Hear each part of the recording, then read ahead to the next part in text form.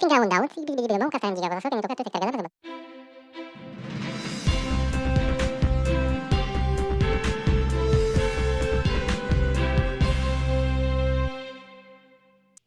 Hello, this is Jimmy T with Ion Inyomono. Today we're honored to have the University of California Cooperative Extension Farm Advisor, Dustin Blakey. Hello. Welcome. I understand you just got back from West Virginia. I did. Had a conference to go to out there. Not about gardening. Not about gardening. It's a wonder. West Virginia, it's a bad rap, but it's actually pretty cool. It's beautiful, and the natural beauty is just unparalleled. Yeah, and We'll just leave it at that. leave it at that. So I asked Mr. Blakey to come to talk about gardening because he's the farm advisor. So it's hot. What do you recommend we do with our plants while it's hot? Well, the plants can't get out of the sun like you can. And I know it seems like maybe a little overkill, but your plants like a little bit of shade here. So if you can set a garden up with like a light shade cloth, 30-40% shade cloth, most plants really appreciate that. It really drops the temperature. And another thing you can do is if you have the ability to have some kind of mulch around the garden. And not everybody can do that because we have some pest problems that happen, but that mulch being cooler also helps to lower some of the temperature. And my poor things, they look so thirsty. So I give them water in the morning and the afternoon.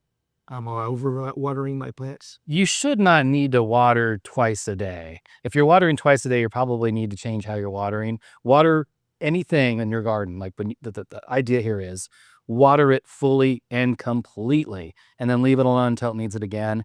In the summer heat, it's probably going to need it every day. But if you're having to water twice a day, unless you just are incredibly sandy soil, that's probably too much. There are places in Owens Valley that are going to need it twice a day. But like most people in Bishop and Big Pine and Indian Lone Pine, for the most part, once a day in the heat of the summer, otherwise probably every other day. If you can kind of get near that, you're probably doing it right. I like to water my stuff in the morning. Is that better or should you do it in the afternoon or midday? What do you... Well, we are sort of blessed by our dryness too. I mean, the positive thing about our really low humidity is you can water when you have the time to water. All things being equal, the morning is almost always best. That the plants are starting the day fully hydrated. They're going through the worst heat with enough water rather than doing it in the afternoon, maybe after they've been, a little bit stressed. If I lived anywhere else where it was more humid, I would totally want to water in the morning because having the plants humid all night long, that just sets things up for disease. Yes. But here, it's pretty dry. And, you're going to have that breeze in the afternoon that's going to dry things. So don't worry so much about disease, but all things being equal, try it in the morning.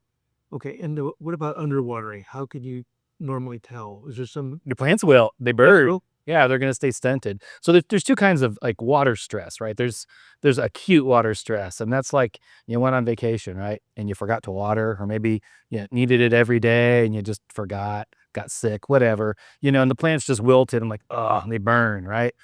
That's just you being dumb. Yeah. Right. There's another kind of water stress that's more common in the landscapes, and we tend to see it more like on perennial plants and trees, and you're watering, and maybe watering like every other day or every day, but you're not giving enough overall to the plant. And that's like a chronic water stress.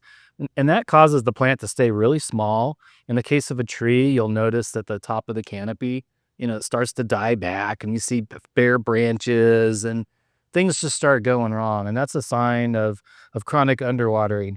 The most common time you see that, especially when you have people that have a bunch of trees like in a row, like along your driveway, or maybe they planted a tree, and the day they planted that tree, they decided they're going to water that once a week and they're going to give it 10 minutes of water, right? But that tree gets bigger and the root system gets bigger, and they don't change how they're watering it, right? And they still give it that same amount. So as the tree gets older, the stress builds up. So remember, as a tree ages, its water needs are going to increase too. And the drip line extends. Drip line extends. So I was putting a couple of gallons of fertilizer on my tomatoes last week, and they kind of looked like they didn't like it.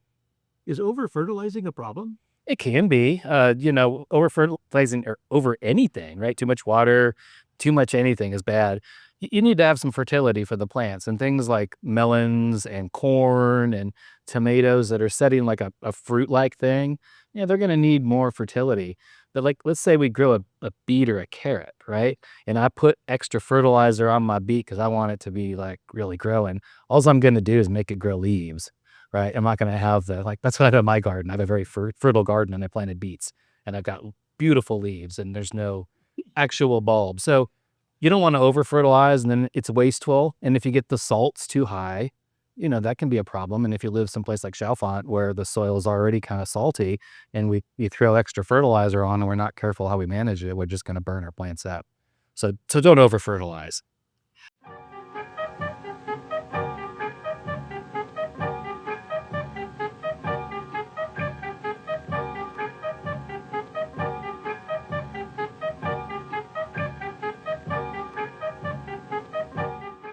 Now, it's the peak of the summer. What about trimming plants and trees? There's a case that can be made that you should, and there's also a case that you shouldn't. Things like fruit trees and stuff, this is actually a really good time to get those sort of suckers and stuff that grow through the middle of the plant to remove them, because we can remove them at this time of year. If you do winter pruning and you cut a branch back, what happens? Like it's just going to send out a bunch of more branches, right? Summer pruning is good to thin things out because we can do that right now and you don't really get that regrowth. So summer pruning in that respect is really good. But overall, like doing major pruning to the tree, it's usually easier wait till winter because you don't have foliage to fight. So you got a branch with leaves is probably going to weigh twice as much and it's getting more wildy. And so I would, do most of that major kind of pruning. That said, we tend to prune our trees more than they really need it.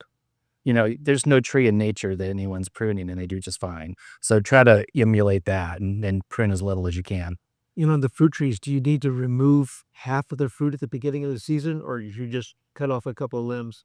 So they have room. As we're recording this, we're probably past the window of opportunity where thinning is going to make much difference. You want to thin as soon as possible, right? And then every kind of species has a little different way we do our thinning. Things like apples, it depends if you want a giant apple or you want a few small apples. If you want like a few small apples, there's the very first apple that comes out. You can, thin that off and maybe another one and you'll get a little cluster. If you want big apples, you get the side ones, but you want to do it like, the fruit's like maybe the size of your thumb or smaller. If you're doing it when it's big, you're making some less weight, and that's nice, but you're not really going to have any effect. By thinning, we do two things. We give, a potential for bigger fruit, and then the tree has the potential to ripen all that fruit. If you have just too much on there, right, the tree is going to try getting all the sugars it can, but it's not going to do it very well. And so you're going to have uneven ripening, and then you're going to put such a burden on that tree that next year you're probably not going to have as much fruit. So do I need to use fruit tree stakes to help them along, or is that too much fertilizer? I'm not really a fan of the little fertilizer stakes. It concentrates the fertilizer in a spot. It turns out fruit trees don't really need much fertilizer, a lot less than people think. So I would rather, if you're going to fertilize, you use some sort of organic material that already has nutrients in it and it's a slow release. If you do want to use a synthetic fertilizer, use something that you can distribute, right? Maybe it dissolves in water or it's granular, but you want to kind of distribute it over an area. The spikes you get this one spot. They're like, well, there's a whole bunch right here. But, your plant over here is not getting anything. And you get this uneven thing going on. I have some pictures in my computer where I see people that did the little tree spikes. And, it's a lawn and they got a tree. They put their tree spikes. And what you end up with is these really nice green spots in the lawn that go around the tree. And the tree still looks awful. So I don't really like them. Absolutely. Now, I understand that the root line goes about 50% farther than the drip line. Is that true? It can go even further. It really has to do with where the resources are, where the tree roots go. The best way to think of an ideal tree root system is imagine a wine glass and you set it on top of like a dinner plate, right? So tree roots will go very far if there's, adequate resources, moisture, and they're going to tend to be more shallow than most people think. There's this notion that because we pull a weed out, there's a tap root, that all the tree roots are going down deep. I mean, it may have a tap root, right? It may have a couple things that go down deep, but the vast bulk of the root system is in the top, say, foot of soil. And a lot of that's because roots require oxygen. They respire just like we do. And you get much more than a foot deep and there's just not a lot of oxygen down there. And so it's harder for the roots to really to proliferate. So I asked earlier about what do I do with my soil now that my tomatoes are all dead and gone? Do I throw it away or should I rotate a crop through it? Yeah, you don't want to get rid of your soil. I mean, soil is kind of a precious thing around here. You can't just go and, get bulk soil very easily. The key to your soil is to understand that, you want to rotate what you're growing. If you grow the same thing year after year, even if I add fertilizer to it, what I'm going to do is I'm going to encourage like a set of organisms in the soil. Some of them are not going to be good, right? And it's going to build up and build up and build up, and I'm probably going to have problems. And I'm also, by growing the same thing over and over, I'm preferentially taking certain, fertilizer nutrients in certain places, and I'm preferentially taking it and leaving others. So if we rotate, we get a better balance of what's going on in the soil, and it makes things available to the next crop. So you would take like a heavy feeder like corn or tomatoes, and then maybe in the fall when that comes out, you could plant something like carrots or something that takes less fertility and follow it. So try to keep your soil alive all year, grow something all year. I mean, if you don't want to mess with gardening in the winter, grow cover crop. That's just something you grow to improve the soil, and then you would till it in before you plant the next thing. But try to grow something year round and rotate what you grow. And by rotate, it should be something very different than what you grew. Tomatoes and peppers, closely related. You wouldn't want to Just because of, yeah. right. You want to go something like, tomatoes, beets, kind of a thing.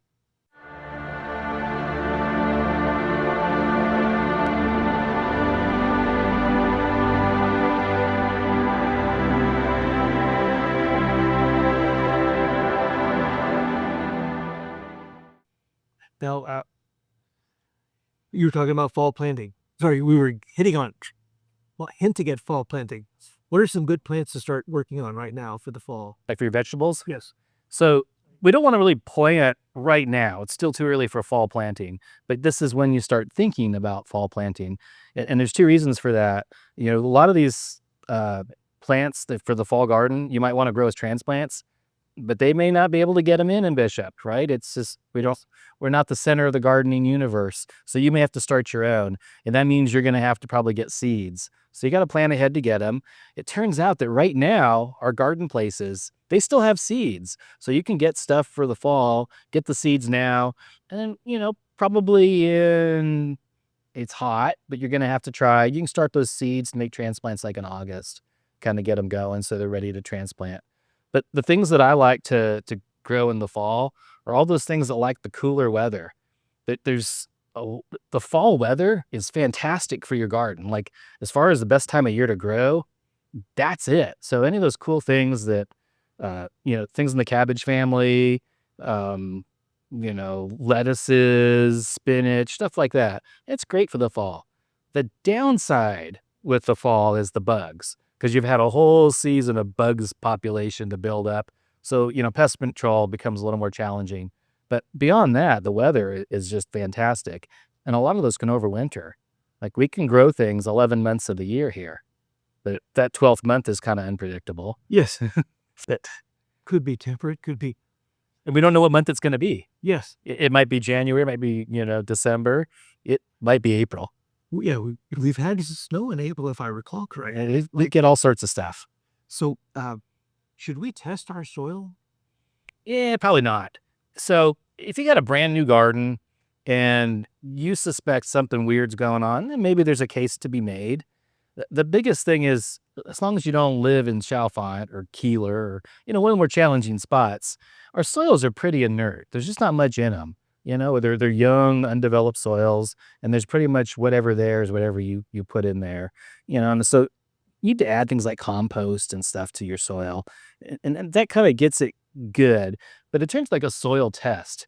If you're a gardener and you've been gardening a while and you've been adding stuff to your garden, you are probably, in terms of like agronomic soil test recommendations, you are probably outside the curve. You probably have extra, right? Almost every gardener in their garden has over-fertilized.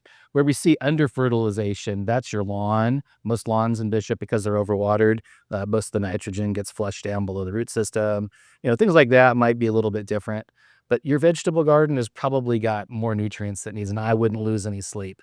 That said, almost every nutrient has a specific thing that it does when there's not enough of it. And so it makes much more sense to learn like, okay, the new growth of my plant is getting yellow between the leaves. What's that mean? Iron, something like that, rather than like, or my plants are just not growing much, or they're a pale color. That might tell you more than I need a soil test. You probably need some nitrogen added periodically, but beyond that, if you're adding stuff like compost, you probably are pretty good.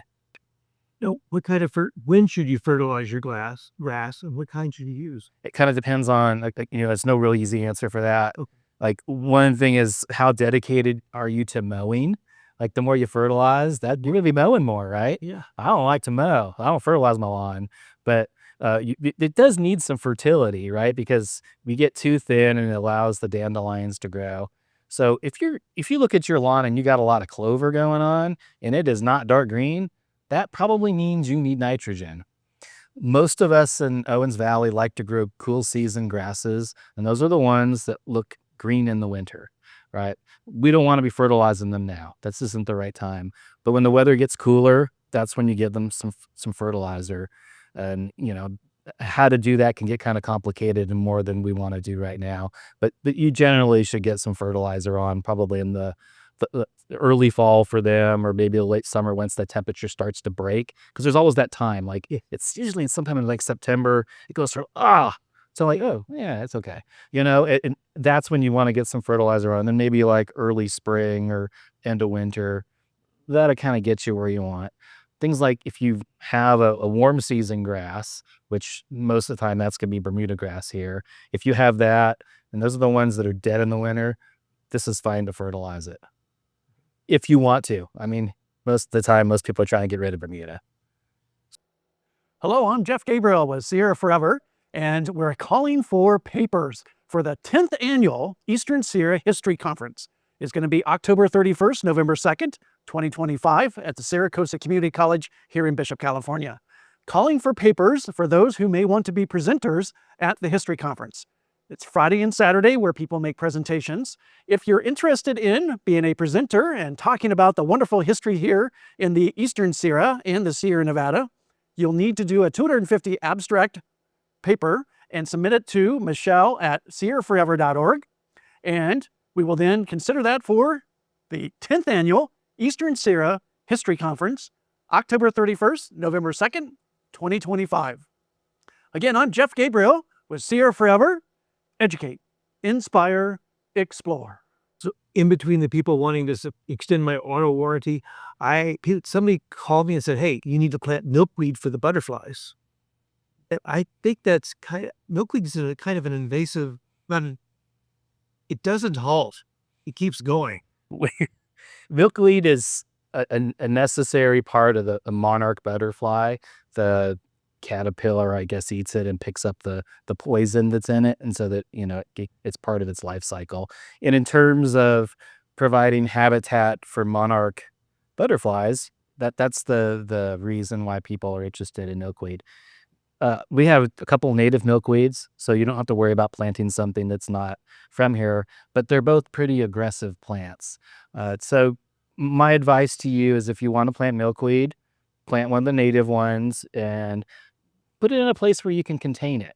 So if it's adjacent, like in a bed that's, like, say, next to your lawn and it's all being irrigated, it's going to grow into your lawn. It doesn't tolerate mowing much, but you're not going to like mowing it either. And it's going to spread some. The little narrow leaf one tends to get everywhere. It's much more weedy, but it's also not such an aggressive plant. It just spreads everywhere. So you're going to have it, but if you put it in a spot deliberately and you think about, okay, maybe I'm next to a sidewalk or something, that's probably an okay use. Would that be a good container plant? I wouldn't put the showy milkweed in a container unless that container is very sturdy, because it gets tall and it's probably going to blow over and knock your container over. I got a spot in the corner of the garden. I don't know what to do with it. It gets water. But once you plant it, it's going to continue to reseed, and you're gonna have it. It's like kudzu. There's no such thing as a small kudzu plant. It may be not as bad as kudzu, but it definitely has a will to live. So, but that's a good reason. There's other plants that butterflies like too. If it's got flowers and it's the time of year that butterflies are going through. They're going to get nectar from it. Then there's a bunch of species we can grow that the caterpillars like. If you're not spraying a bunch of insecticides out, I mean, you're helping with the whole butterfly kind of thing. But it's a personal decision. I wouldn't be getting my garden advice, what to put in my yard, from Facebook or from like email blasts that come through that you didn't ask for. We do have master gardeners you can ask if you really are concerned about what to put in your garden. And you wouldn't really want a whole garden full of milkweed. I think you would not like that, especially in the winter. What is a better plant than milkweed to help butterflies? It's got flowers. So, I mean, there's not really a better plant. You just look in your garden, grow what you like to grow, and then don't spray it. And a pollinator of some sort is going to probably come to it. The reason I asked is Costco sells the butterfly garden, the hummingbird garden, the something garden. Yeah, I mean, there's totally like certain kinds of plants will attract different pollinators. The things that have, red tubular flowers will tend to be, more attracted to hummingbirds. White flowered things that flower in the evening are going to be moth. I mean, that happens, but ultimately it's your garden. Plant what you like. And, if you have a certain interest in something in particular, do your homework. Don't let the Facebook ads tell you what to do. But she's a famous TikToker in China. She knows. Yeah. Cool. Do you have, it's a pleasure. It's always a pleasure. I learned so much. Is there anything else you'd like to talk about summer planting and getting ready for the fall? In terms of getting ready for the fall now, I mean, just start thinking about it, right? You've got these plants that are growing right now. Some of them we can keep alive way into fall. Maybe that's what you want to do. You don't want to change things out.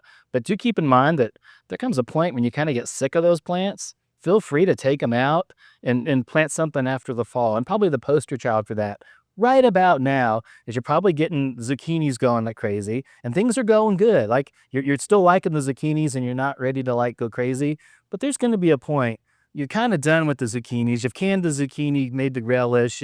You've had the zucchini salad and the zucchini bread, and now you're starting to fight the squash bugs. It's okay. Take it out, get things ready, maybe start thinking about fall and give up on the squash bugs. It's your garden. You do what you want. Right. Grow the things you like. And I'm getting better in that as I get older. I don't really, to be honest with you, I don't like squash. But I always grow it because it's what you grow in a garden, right? But this is the first year I've decided I'm just not going to grow it. I'm going to let someone else. I don't have to have it. It's okay if I mostly have peppers in my garden. It's okay. It's me. Yeah. I'm not trying to make the world happy, and I don't care if people judge me. Grow the thing you like. Peppers are good breakfast, lunch, supper, and snacks. I mean, yeah, and squash sauce. Oh, I don't know. I'll eat it now. I was in my 30s before you could get me to even eat squash. So really, I'm more of a meat person to eat. Yes, I've been trying to grow chicken. Dustin, Blakey, I appreciate your time very much. Yes. And how does one get in contact with you? Well, if you need the best way to get garden answers is to contact the master gardeners. They really are trained to help people in their own gardens. And the best way to do it is we do have a Facebook page. Come to us. We won't be blasting you. You just search for Inyo Mono Master Gardeners. Or you can email us at immg@ucanr.edu. We have a helpline and we're ready to believe you. If you're a commercial grower or something, then call the farm advisor and we'll get you all squared away. Awesome. I appreciate it very much. Right. My pleasure. This is Jimmy T with Ion Inyo Mono. Today we're doing gardening, summer, fall, prep, soil, everything.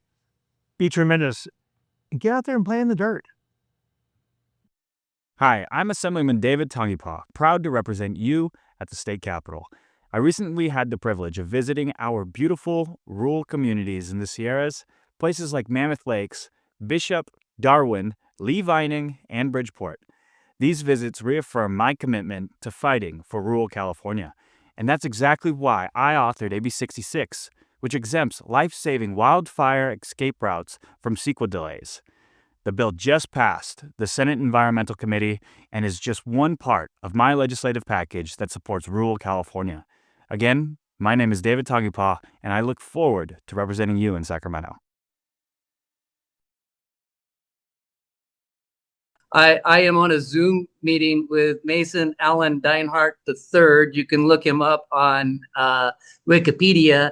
He is the first person In 1948 to play Clark Kent, Superman, in the serials of 1948. Mason, thank you for coming on. My pleasure, Jason. Let's start with the standard questions, though. It's because Did you like the movie? I did like the movie. Yes. Yes. I like the movie very much. I absolutely love the movie. Of course, biased. I love Superman. There's not going to be too many Supermans I'm not going to enjoy. Would you watch it again? Would I watch it again? I would watch it again, but it's interesting because I don't have an urge to go watch it. Like, that was so fantastic. I want to go watch it again, but I want to watch it again because there's a lot going on, and Yeah.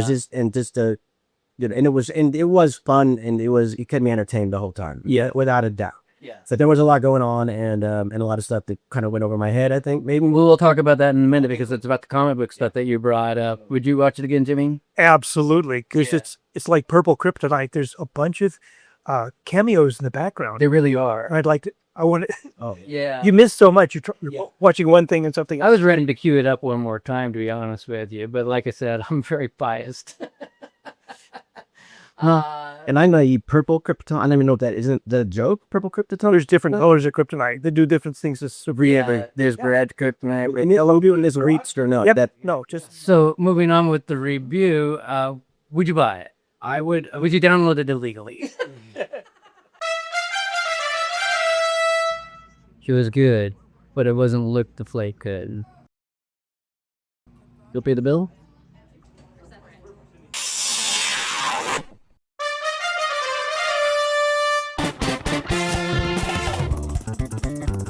Hello, this is Fredero from Sierra Bright Time, bringing you this week's QRF, Quick Report Fishing. So let's be quick. This is for the week of July 11th to the 17th. Upper Owens River, little fish, big fish. Fish elk hair caddis and fish Adams parachutes on the surface. Fish bigger nymphs underneath for bigger fish. Let's skip over to Hot Creek. What's going on there? It's dry fly season. Use tricos in size 20 and 22s. Use blue wing olives in size 20. Use gray caddis in size 20. Okay, let's go over to Crawley. Hey, they're mentioning there. They're using what? Oh yeah, they're using size 18 blood midges, tiger midges, zebra midges. Okay, Owens River Gorge. After they got done with the flushing flows, guess what? It's fishing great. Use a dry and a dropper in there. Use a stimulator. Use an olive quiltagon. Okay, let's wrap up with what? Bishop Creek Canal. Yes. What's going on there? That's slow. The heat's taking its effect on it. Get out there early, get out there late. Efficiently, use a nail care caddis. This has been the Friends QRF Quick Report Fish for the week of July 11th to the 17th.